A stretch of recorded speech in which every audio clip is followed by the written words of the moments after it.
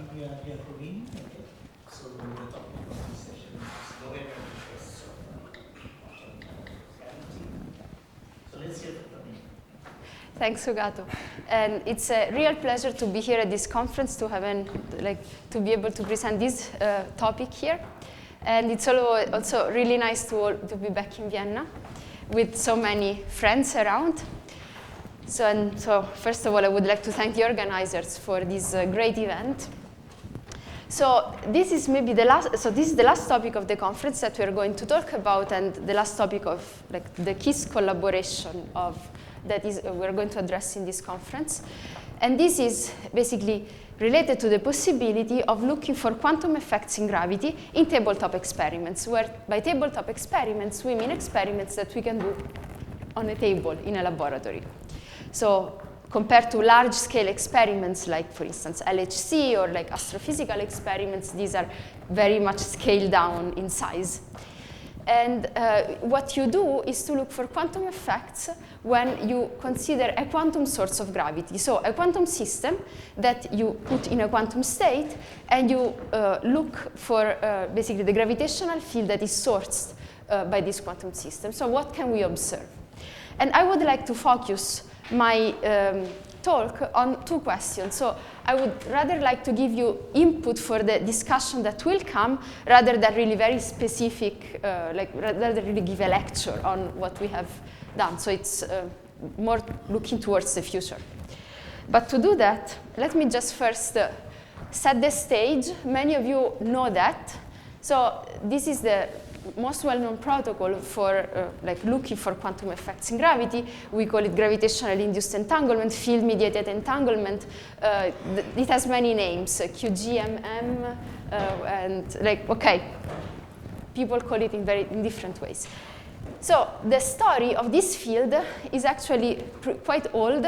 It dates back to Richard Feynman in 1957, and I don't have time to give you a full review of how the field evolved through time.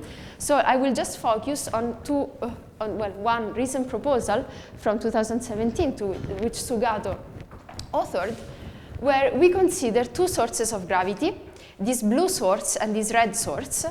And initially, you prepare them in a product state where each source is in a quantum superposition of two positions, x1 and x2, and x1 plus d, x2 plus d. Then you let them interact gravitationally, and this interaction, since these sources are static, can be written down with the Newton potential. Okay, so then you evolve this state through time.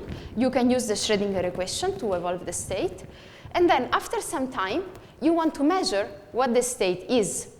And if everything works as we know, so with the Schrödinger equation, then what we find is an entangled state where the relative phase is basically depends on the distance between A and B in each configuration.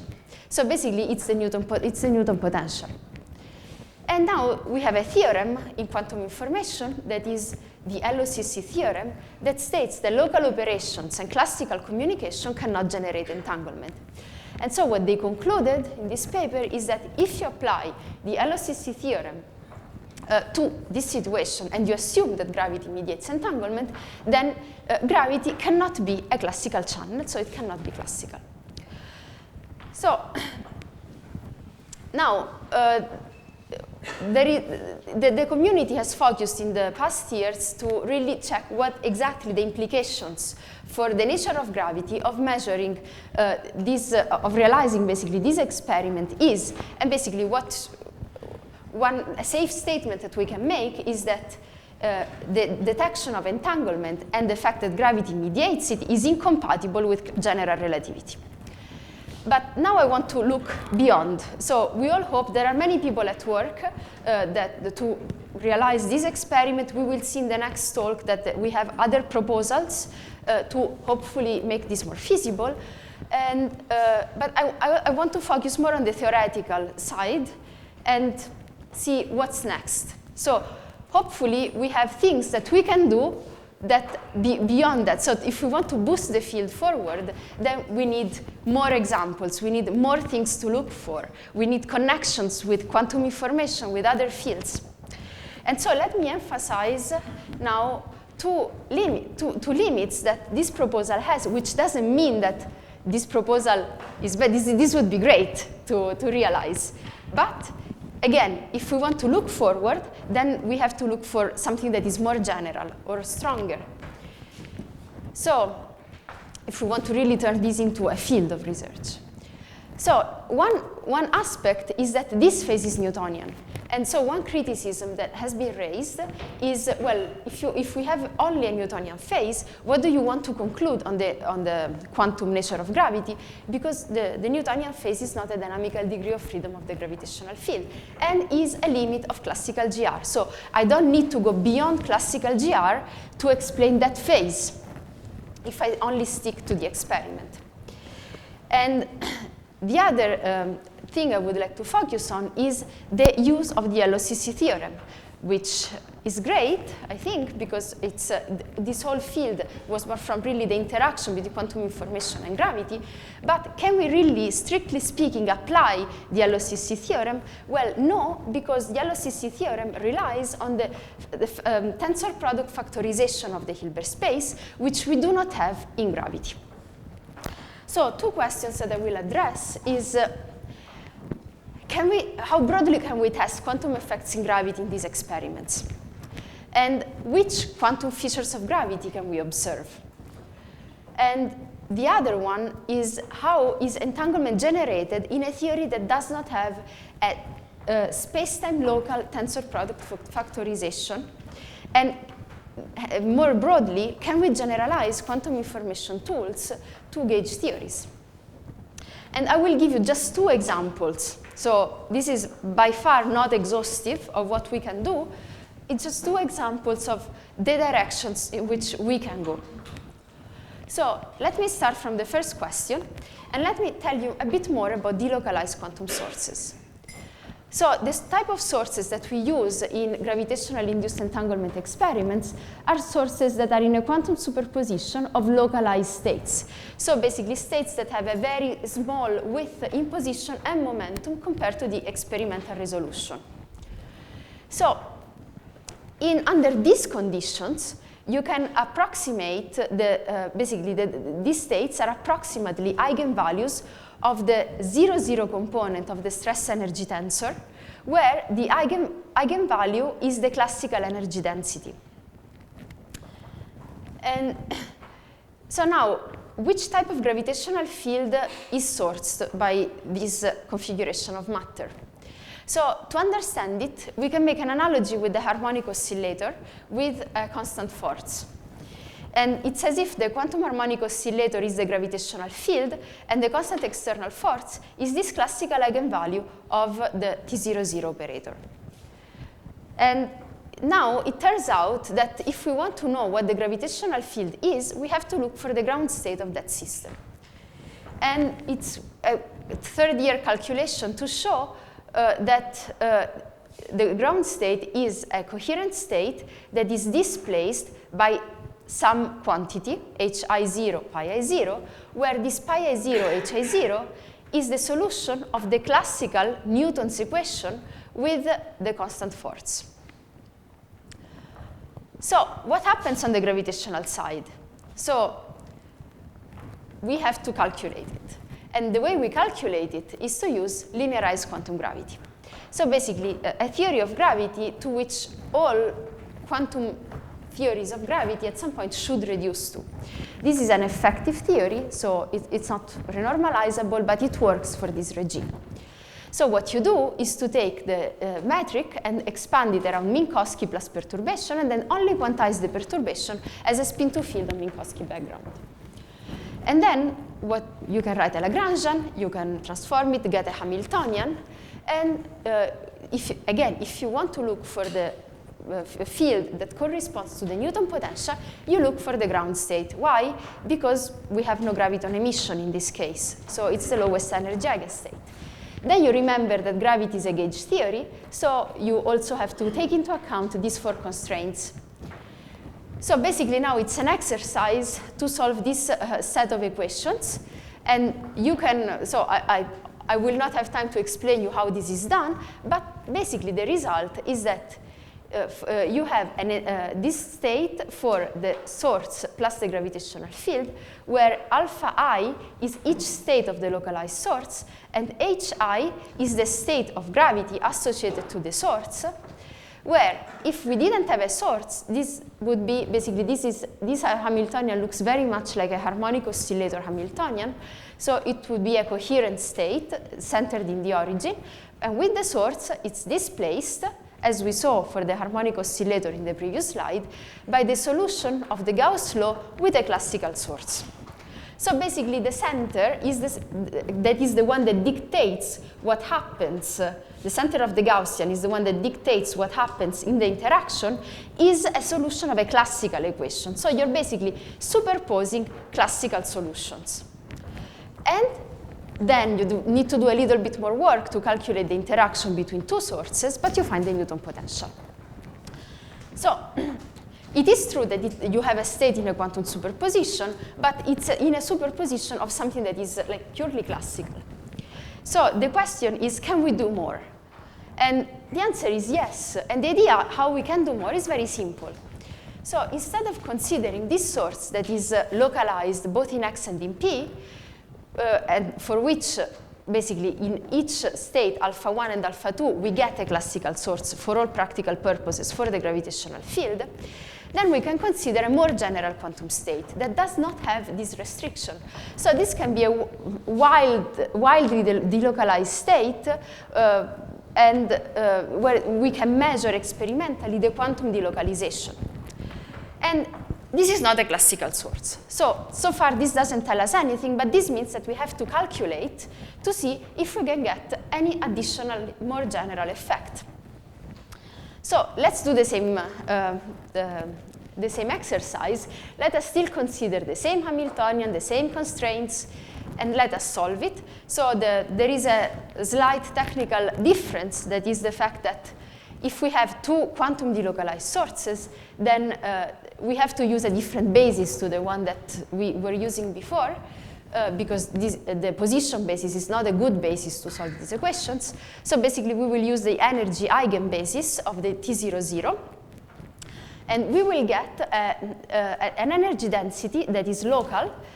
So basically, this depends on exactly how I put my potentials and my experimental configurations in the experiment. But it's in principle a general function, so it's not the classical energy density that we had for the localized source. And then if we run this calculation through, we find that the entangling phase is now this more general expression where EA and EB depend on the matter distribution that I have in my laboratory. Okay, so what do we deduce from that? So we have this expression. This reduces to the Newton potential in the right limit, namely when the source becomes localized in X and in P, and the energy converges to the usual classical energy density. And in this case, well, it's very easy to see that if you replace this quantity in this expression here, you get the Newton potential. So it works as it should, but it's more general in principle. And we looked whether this could be reproduced with other semi-classical theories of gravity or classical theories of gravity, and we couldn't find any, to the best of our knowledge, that reproduces the formal, like the quantitative expressions that we found there. Then there is an additional effect that you can calculate that depends on the fact that you're treating gravity as a quantum field. So in particular, you have a gravitational Hamiltonian and an interaction Hamiltonian between gravity and matter. And now you can consider a source of gravity and a test particle that is moving. And since the gravitational field has a canonically conjugated momentum, here I just put alpha as a bookkeeping device. So in the end, we want to set it to 1, but we just want to count the number of commutators now. And then what you see is that the gravitational Hamiltonian does not commute with the interaction Hamiltonian. So this means that when you evolve the quantum state of the source, gravity, and the particle, and you run the evolution for some time, then you have a correction to the interfering phase at the end. And this correction is same order as the Newton potential in G, as was the previous one. It's higher order in time, and it depends on one commutator and on two commutators of the gravitational field with its canonically conjugated momentum. So if you want to maximize this effect, you have to create a superposition state of the particle that is wide in the energy of the particle, of the test particle.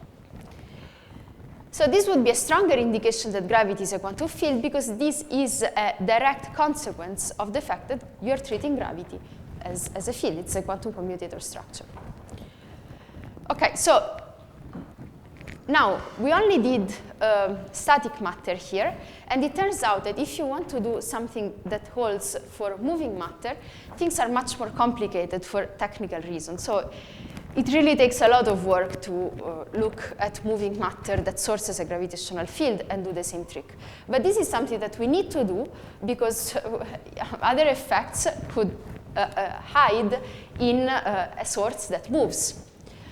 And so this is something that Sébastien is doing as part of his PhD project. And this is also a working collaboration with Ling Qin, that is here. And so this, and it took a long time, but we finally have some results of a formulation that is suitable to describe matter that moves in a superposition of semi-classical trajectories. And Sébastien has a poster on that, and I encourage you to go and ask him about his research, which is also related, by the way, to yesterday's topic on quantum reference frames. So the second topic that I would like to discuss is more how this is all related, how these experiments can be phrased in a quantum information language. And so I want to talk about entanglement and LOCC in gauge theories. And this is Alberto Spalvieri's master thesis. Alberto is also here. He also has a poster, so he can tell you much more than what I will do in this short time. So again, ask him if you're interested. So what did we do? So if you want to address the full problem of the tensor product factorization of electromagnetism, then this is something extremely complicated. So what you can do is to simplify the problem and consider a toy model that is on a discrete lattice, and in particular in 2D. Also, coming up with this 2D model was not immediate, so we tried many different things before we ended up with this model. So basically what we have is a harmonic oscillator at each site that are all coupled with the neighbors via some springs. And then you can associate some positions and some momentum to each site. And in the analogy, the positions would be the vector potential, and the moment minus the momenta would be the electric field. And then you can carry out the analogy by writing the Gauss constraint, so basically the constraint of the electromagnetism, as discrete derivatives on this lattice, and the magnetic field that has this form, and also the Hamiltonian that you can see there is really a close parallel between these two structures. And you can also easily add the source to the, I will not show you the calculations with the source because they're technically more complicated, but we have them, they work. And also add to the Hamiltonian the source and also to the constraint. So now, what can we do? We can quantize it. So we just, we canonically quantize the positions with the momenta, and then we do Dirac quantization imposing the constraint. Then, what you can do is calculate the ground state, that is the one that you think would correspond to the Coulomb field, and does correspond to the Coulomb field in the continuum model for electromagnetism. And then we find this expression here. So it's not with this green function, so it's not really important exactly what this expression is. What you should care about is that this is consistent with what we find in the continuum model with field theory for the ground state that corresponds to the Coulomb potential. Now, In general, we also have a continuum limit of this model. But we haven't explored it, so we don't know, we haven't explored yet what the generalization of our results is in the continuum limit. So I cannot answer on that. Now, then you can look for the local algebra of observables. And so here we have this diagrammatic notation where these are all the sides of the lattice. And so, for instance, this is the magnetic field at the center of this cross. It refers to that. Then you have these discrete derivatives that basically turn out to be adding this, so taking plus q at this site minus q at this site, plus q y at this, so this is x, plus qy at this site minus qy at this site. So graphically, we represent it as a cross where the magnetic field defined in this way refers to the center of the cross. And it's delocalized across different sides because we have these discrete derivatives that make it non-local, basically. Analogously, you can calculate the constraint, what the constraint would be, and it's similar, but just with p instead of q. Then you take your lattice, you identify a region, and we define a region as a set of sites. And now you want to find the local algebra of observables in a specific region. And what is the local algebra of observables? It's observables that are defined at the sites included in the region. So the sites should be inside the region A, say, but, and they should also be gauge invariant, so they should commute with the constraint. So it turns out that you can have different choices of these. For regions that are widely separated, so that are far away from each other, it doesn't really matter for the results that we want to calculate. So we chose to consider all the p's defined inside the region and all the b's, so all the magnetic fields that are fully contained in the region. So basically, this orange dot would be this magnetic field. So basically, it's a cross that extends here and here, here and here. So this is fully contained in the region. This, if we had a B field here, this would go outside the region. So this is a natural choice. And then you can look at what the Hilbert space physical Hilbert space structure is. So basically, the Hilbert space that satisfies the constraint of the physical solutions. And this Hilbert space is not a tensor product. It is the direct sum of tensor product structures where K is local in A, K bar is the complement, and the label K labels the value of the field on the boundary of the region. So, turns out that since this is the physical Hilbert space, also the algebra lives in this structure of the Hilbert space. So, any local observable cannot detect entanglement between different sectors of this physical Hilbert space. And this is important because this means that if you measure entanglement, then all the entanglement has to come from a specific subsector. So in this specific subsector, you can again apply the LOCC argument. So now let's look at what the gravitational-induced entanglement experiment would be.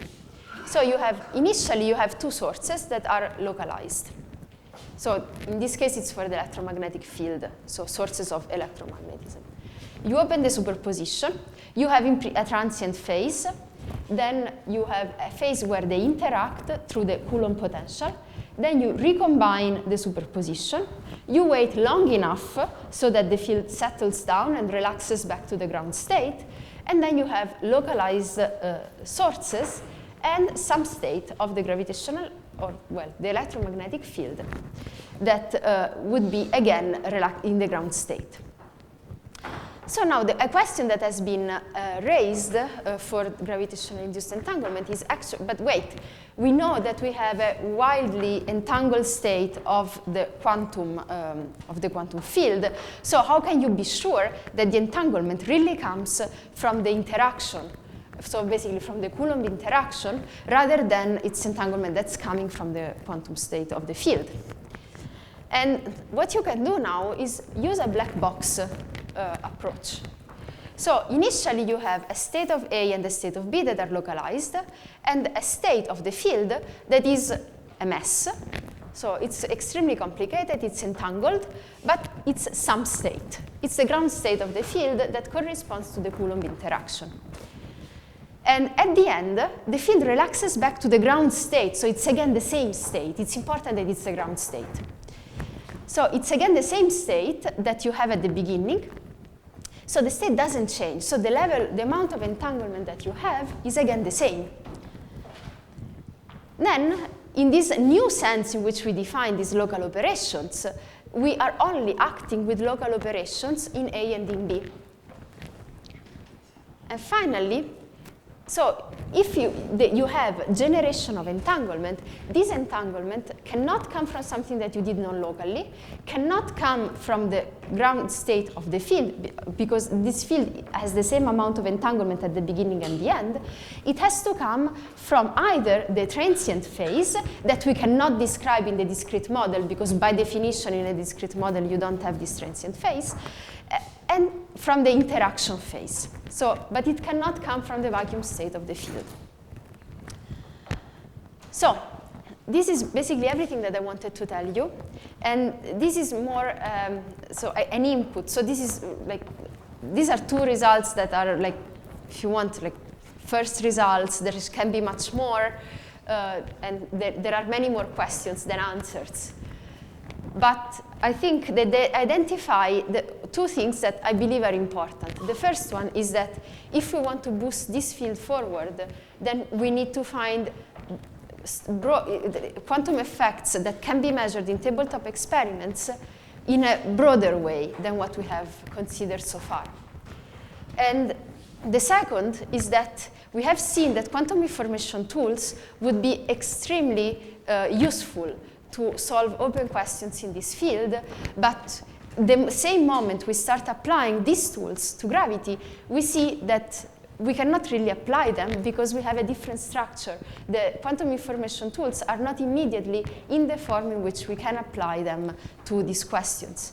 And so we need to do some work to generalize them to these situations. And I believe that this would be a very interesting way forward for the field to go. And again, we have many questions, so there is new ideas are welcome, and I hope that we can discuss that later in the section. Let me just close with an announcement. So I will be moving to Rome in the fall, and I have a grant that can fund PhD and postdoc positions. This will be at the University of Tor Vergata. I recently opened some call of interests, and you can find them if you scan this QR code. And here you find also more information, and if you're interested, just ask me. Thanks.